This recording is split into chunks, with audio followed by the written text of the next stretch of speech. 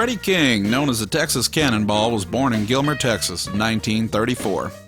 Growing up in the Deep South, he was exposed to early blues performers and was bit by the guitar player's bug at a very early age. His first guitar was a Roy Rogers acoustic, which he tried to purchase on his mother's charge account at the local store.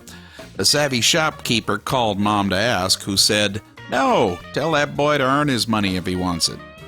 So Freddie went to a local farm and got a job picking cotton. He stayed there just long enough to earn exactly enough money to buy that guitar and quit, and he never had to pick cotton again. At 15, his family moved to Chicago, where his father got a job in the steel mill. Freddie was more attracted to the music scene more than a day job and ran around the clubs listening and learning from the great blues and jazz men of the time.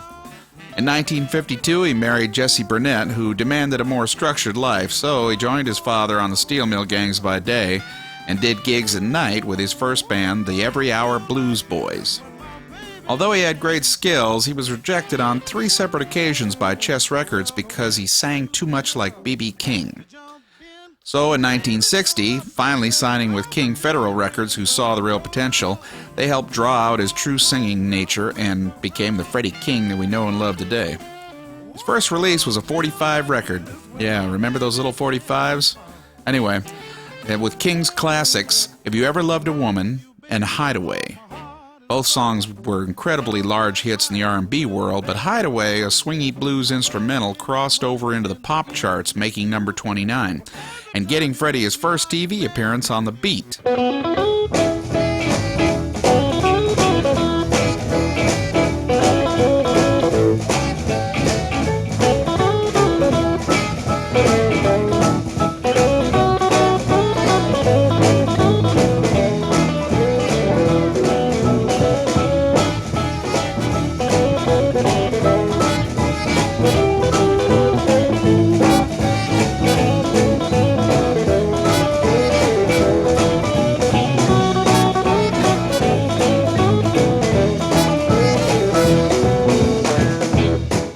Brought Freddie to the attention of white audiences, and especially to young British players who would later on claim him as a great influence, such as Jimmy Page of Led Zeppelin, Eric Clapton, and later U.S. acts like Grand Funk Railroad, who immortalized him in their song American Band with the line, "Up all night with Fred King. I got to tell you, poker's his thing."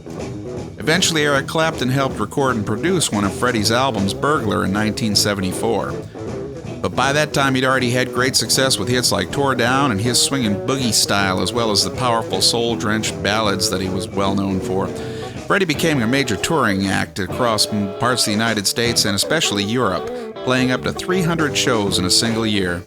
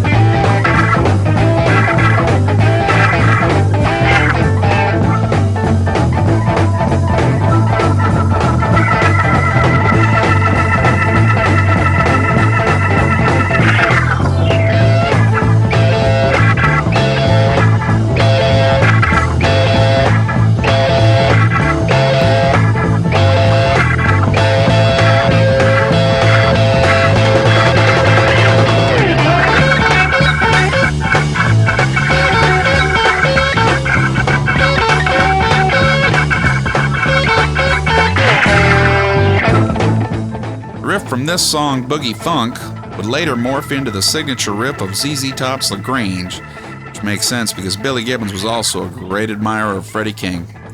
Freddie continued playing on tours with Led Zeppelin, Grand Funk Railroad, Creedence Clearwater Revival, and Eric Clapton, and Clapton would often come and join Freddie on stage during his set. Freddie was known and well-liked by everyone who met him. A big man with a broad smile, he also was a real lover of life and enjoyed long hours in the studio and on the road, often found back at the hotel after the show, gambling and imbibing until dawn with a habit of Bloody Marys for breakfast. Not to say overindulged, but the world of the 1950s, 60s, and 70s was much different from now, and a regime of fast food, cigarettes, alcohol, and little sleep began to take its toll. Freddy developed an ulcer, but continued to tour and live as he'd always had. He was a man on fire, and there was no putting it out now. His health continued to deteriorate, and on December 26, 1976, he was admitted to the hospital suffering from complications of an acute ulcer and pancreatitis. On December 28, 1976, he succumbed to a heart attack.